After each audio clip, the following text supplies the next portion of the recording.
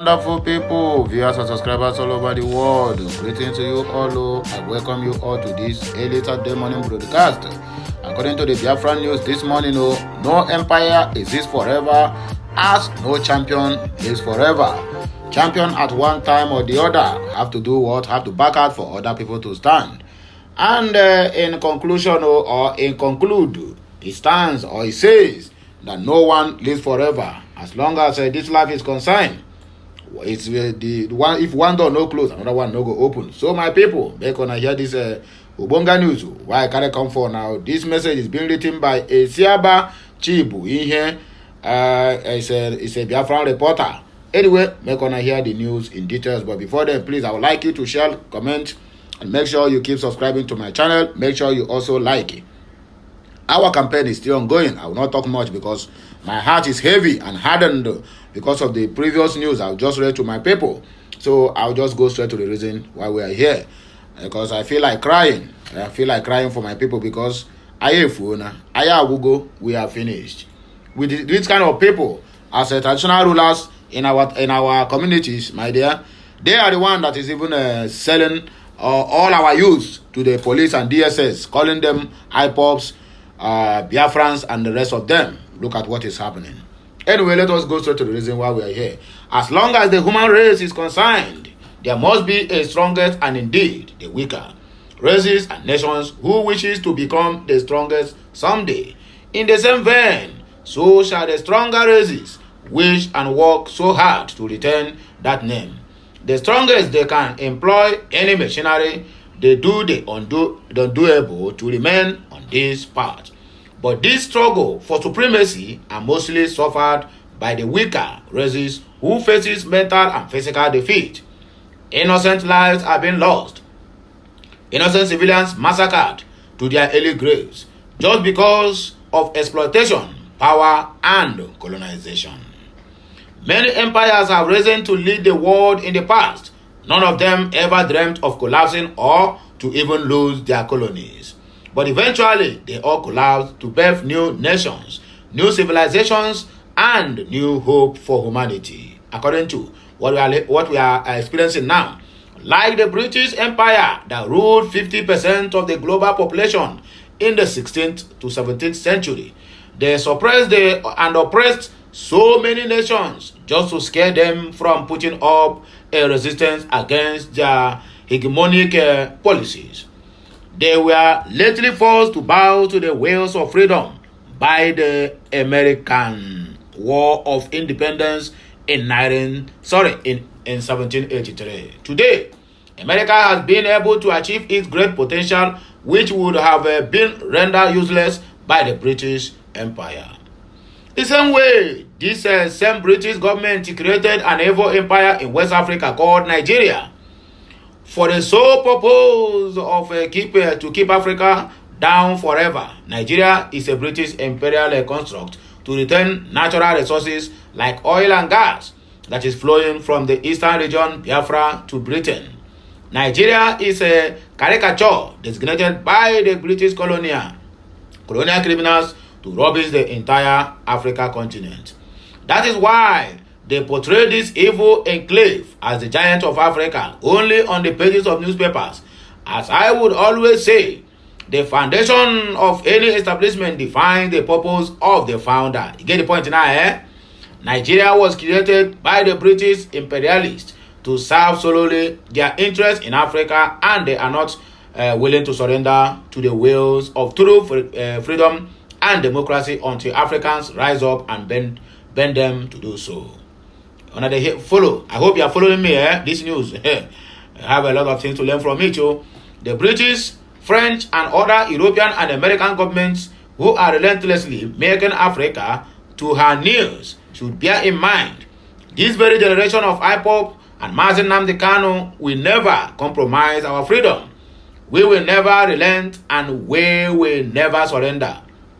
Using their puppets in the political positions to persecute Africans demanding their rights to self-determination won't be tolerated forever. The same way it seems impossible for America to defeat Great Britain during their War of Independence in 1783. but through self and collective sacrifices and consistency, it became a manifest.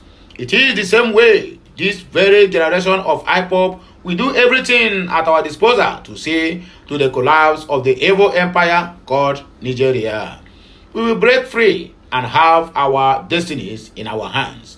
The West and their allies mock Africans a lot by saying, your corrupt leaders sell your resources to us. Europe, we don't steal it. You should hold your political leaders responsible. And it is time for us as a people to hold these their political puppets and stooges responsible to account for their numerous sins. Oh, Africans, rise up in unison and let's demand that which is right and our rights. It is our right to live, and it is our right to survive.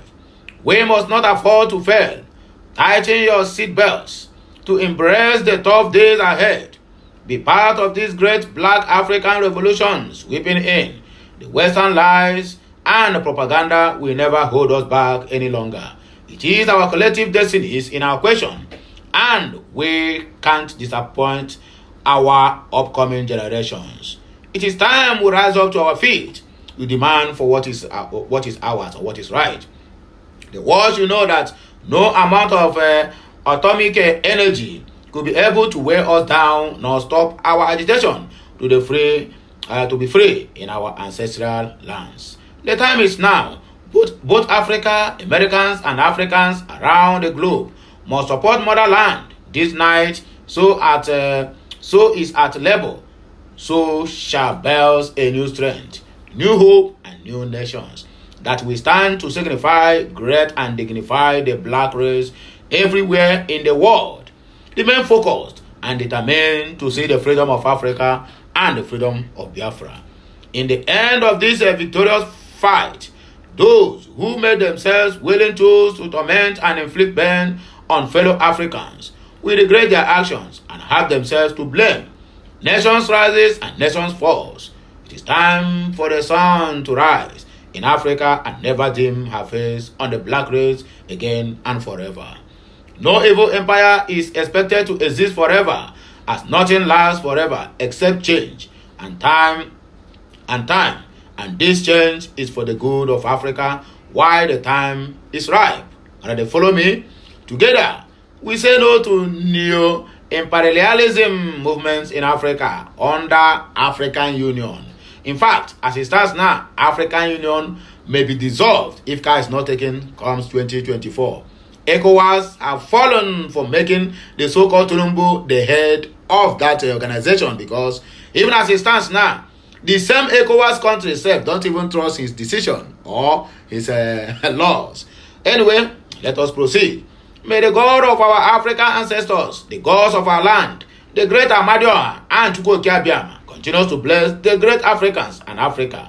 Bless IPOP and Maze Nnamdi Okuchukwu Kanu, the Ohamadike, one of Igbo land. He say. Well, this message is being edited by AK. Get the point now.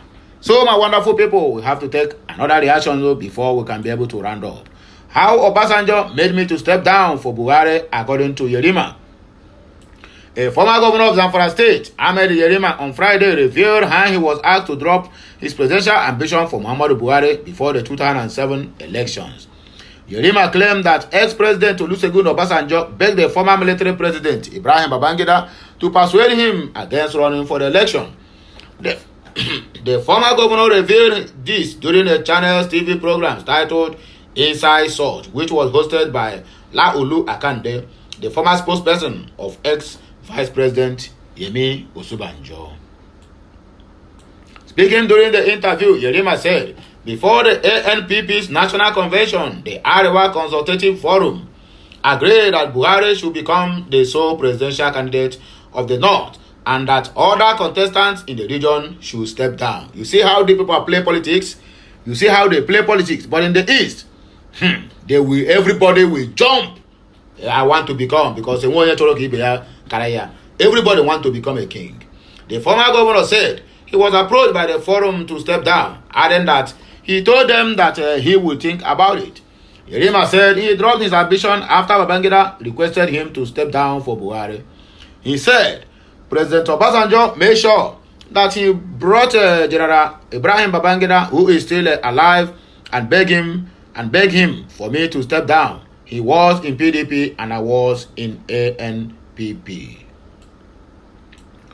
He said Obasanjo did not want him to contest against Yar'Adua, his anointed candidate, because he knew that the ANPP primary election would be won by him. Yerima added, at that time, the security report showed him, according to my information, that I had all the delegates in my hand, except Kano and Katsina. I left for Buhari at that time. I had all the state chairman of ANPP of all the 30 states and Abuja supporting me. The government knew that if I got the ticket, it was going to be a very difficult task for PDP to win for Yar'Adua to become president. Then Obasanjo sent an aircraft to bring IBB and requested him to please talk to me so I can step down for Yar'Adua to become the president. Babangida sent the late engineer Abdul Kader Kure, the former governor of Niger State, and even the former governor of Sokoto State, Atahiru Bafarawa. They were sent to come to me and to beg me to step down. Asked if Buhari was aware of the underground political moves, the former governor responded in affirmation. He said, they, referring to Kure and Bafarawa, came to me in the night after 8 o'clock, and after greetings, I asked my people to go out, and they said IBB sent them to me. I said yes. He said, you were coming. They said, the only favor he wants you to do for him is to step down for Buhari tomorrow. The convention is tomorrow. I said, oh my God, please tell him I have accepted. I have committed myself to do the favor for him. They said, no. He said, whatever your answer is, we should call him and you will tell him by yourself. And they called the IBB and I told him, sir, tomorrow I will step down for Buhari. Immediately they left. I went to the national chairman, Chief Ume Ezoke, and I told him that tomorrow I was going to step down for Muhammadu Buhari. My people, so you want to see how the North are playing their politics. Politics of rancor, politics of togetherness. But unlike the Southeasterners, who only plays politics of who will beat me, who I want to become the king, not you, not me, then nobody is going to be. Anyway, my people, make gonna like, share, comment, and make sure you subscribe to my channel for more and more interesting videos coming your way. My name is Steve Mandia, reporting live from the platform of Okute Daily Talk. I'll be right back again with another blockbuster. Just keep on enjoying this one. And make sure any of my content, you comment and share. All the very, very important and very, very necessary, because without that, we are not going to move forward. So like, share, comment, and make sure you subscribe. I'll be right back. Bye for now, my people. Okay,